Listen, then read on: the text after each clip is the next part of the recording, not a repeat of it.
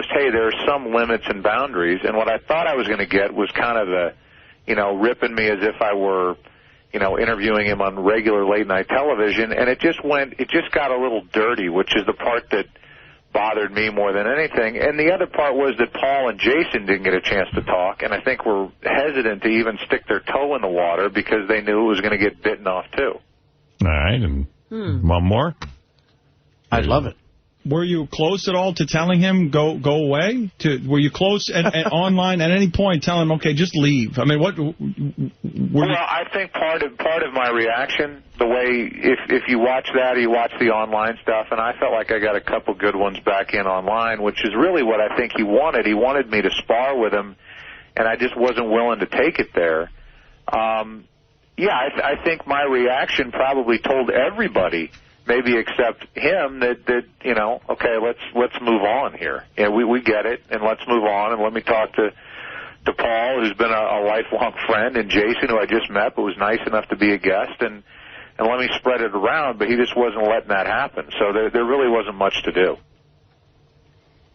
So he, if you watch it, he goes back to me when those guys start talking. And Paul's a lifelong friend. Well, how does that make an entertaining show? They're talking about high school.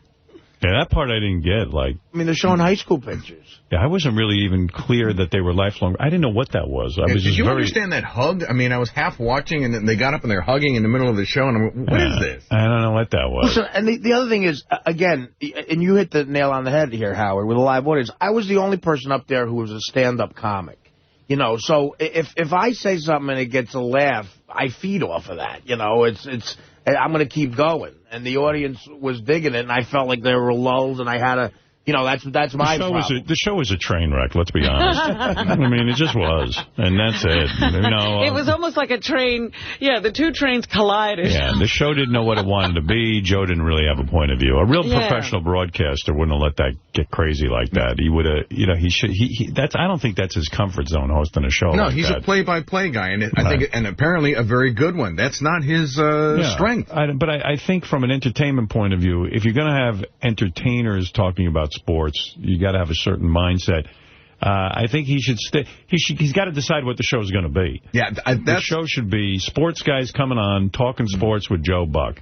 Period. Don't go for the laughs. Get rid of the fucking audience. Right. And do your thing. See, I think it's schizophrenic. Like he's trying to be Letterman with the little telescope thing and all that. And I'm going like, just get rid of that shit. Ask some really good questions, and then it's an entertaining show. And probably Artie shouldn't even been booked on the show, and nor should Paul Rudd. I don't understand that whole segment at the end anyways.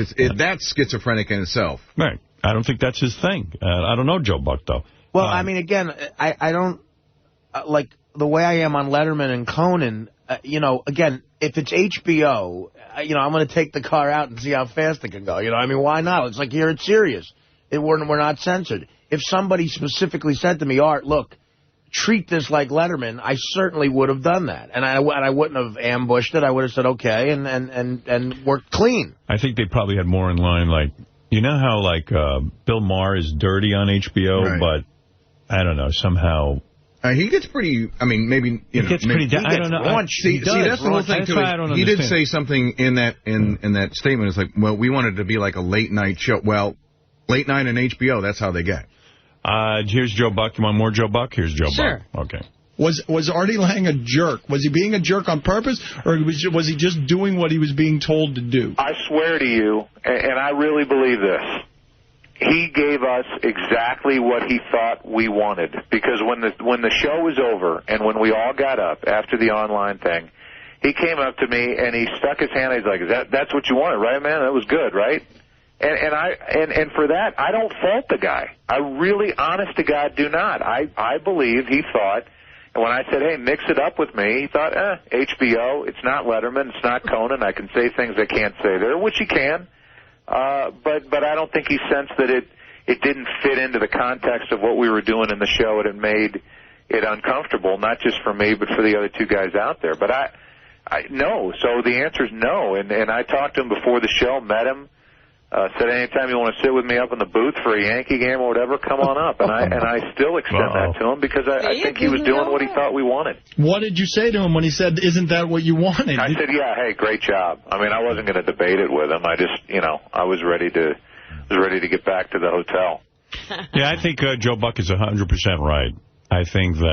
I think Artie thinks he did what... I think Artie had a good heart and went on there and gave them what they wanted. I would never try to ruin somebody's career. I like Joe Buck, and, I wish him well. I don't think you guys were, I don't think you were reading him properly, and I don't think he was reading you properly. I do think that Paul Rudd and the other guy were totally intimidated. I don't think that they felt comfortable talking at that point. I think that the whole vibe was off.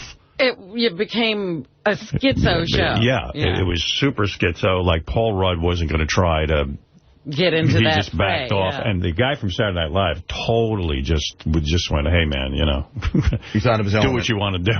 Here, I'm just going to sit back. The road is yours. The road is yours. And I there was room for no one else. But again, I feel bad if... they think I had some malicious intent there. I did not. I don't think Joe Buck says you gave exactly what you thought he wanted. Right. And, Ralph, what do you want? Hey, now. Hey, now. Hey, I just want to say, obviously it's debatable whether this was funny or not. But, Artie, you got to stop comparing your performance to Sam Kinison, Lenny Bruce, Chris Rock, I didn't compare. Don Rickles. I didn't compare it to that. I didn't compare it. You're throwing in these various interviews and stuff, you're throwing these names out. Like, Sam Kinison did this kind of thing. Howard Stern went on Tom Snyder and did this kind of thing. And it's completely different. And you're really putting yourself up with some people that, you just shouldn't be. Well, what if those are his comedy heroes and he's saying he's trying to emulate them? Yeah, I'm not saying I'm as good as them. I'm saying that's what I'm aspiring to be. I don't know. I just in these various interviews and things. Various interviews with who? Well, I don't know. With us. What are you talking about, Ralph? Places where I've been hearing Artie, like on interviews on Howard 100 and on your show, and just different places. He's like, saying, Chris Rock goes on HBO and he's outrageous with his stand-up. Right. Well, it's a little different. That's what I'm saying. Okay. All right, Ralph. Thank you. Ralph knows what he's saying. Oh yeah.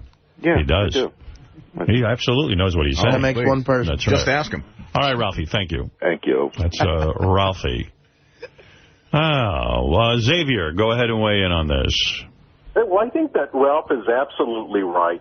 And I think that you guys have to get your heads out of your asses and really analyze the situation correctly. I mean, if you hear this guy Buck during the interview, you can hear him sound like, hey, Artie, cut it out. I mean, the guy feels bad during the conversation.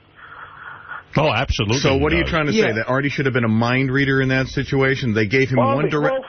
They gave him one directive before he goes out, and then in the middle of the interview, now you don't think maybe it's like they're just trying to do that for effect? What do you How's he supposed to know? He has no people skills whatsoever and can't absorb the vibe that's going on in the room. I mean, that's ridiculous. He sounded like he was a drunk guy. I mean, he was funny, but he came on almost like a guy that was drunk. So was I funny or drunk or... I don't understand, sir. What are you saying? Well, he's saying that... I think I understand what he's saying.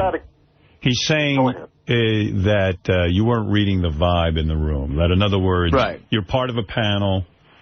I think I was reading the vibe. The thing that everybody... And I sensed I had to do something. Right. Take whether you like it or not. I think the show was a bore fest. Take my segment out of that show, and what do you have? Boring. It was boring. Yeah, I mean, so... You know what I'm trying to say, Artie, is I think that you're amazing. You're an amazing storyteller, and I think that that's how you won all our hearts. That's how we became your fans. But now you've turned it into something else, and I don't know that I particularly care for it anymore. Okay. But, it's just my opinion. I mean, you're a great comedian. Thank you, Xavier, in Los Angeles. Let's go let's go to Joe Buck. We still have more.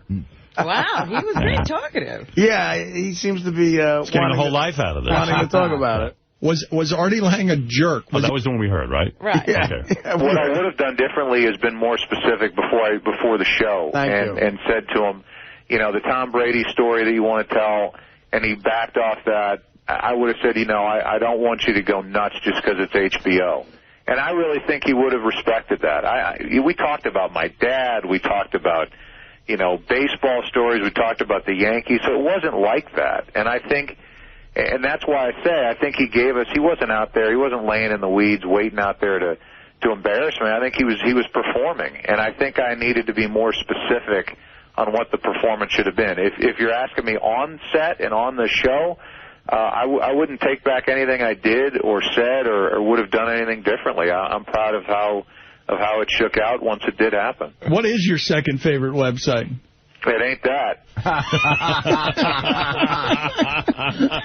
Hey, what was it, dicksucking.com? Suckingcock.com. Suckingcock.com. No, you see, Joe, he's being very fair there. He is. He is. Yeah, and he's being fair. And he's right. He wishes it would have gone differently, but he doesn't blame you.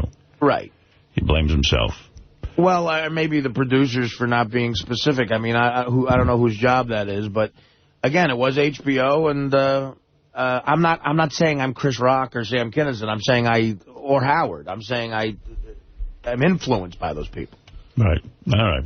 Well, believe me, the biggest winner in this whole thing, if I may say so, was this website, suckingcock.com. Yeah. A lot of hits. Did they crash? Number one website. They crashed. They got the number one website. It's worth now $50 billion, this website. They're auctioning it off. Yeah, everybody wants to get on there and see what's happening. But you realize, even if you hated that comment, I can see why people think that's obnoxious. I get it. I'm not an idiot. But until I said that, that's probably the first time you realized there was an audience there. They weren't reacting to anything. Right. Well, agreed. They certainly got a reaction. Now, look, the show was boring, and I don't know how long this show has, this Joe Buck It's show. only, what, 4 times a year? There's another 3 months before the next show. And the New York Times article, that interview came out, and that guy said, he said, quite frankly, it should be Joe Buck and Artie Lange live. So that's what I said yesterday. You should team up. I'd watch that. Yeah. Mr. Blutarski, 0.0. You're out. Finished at Faber, expelled. I want you off this campus at 9 o'clock Monday morning.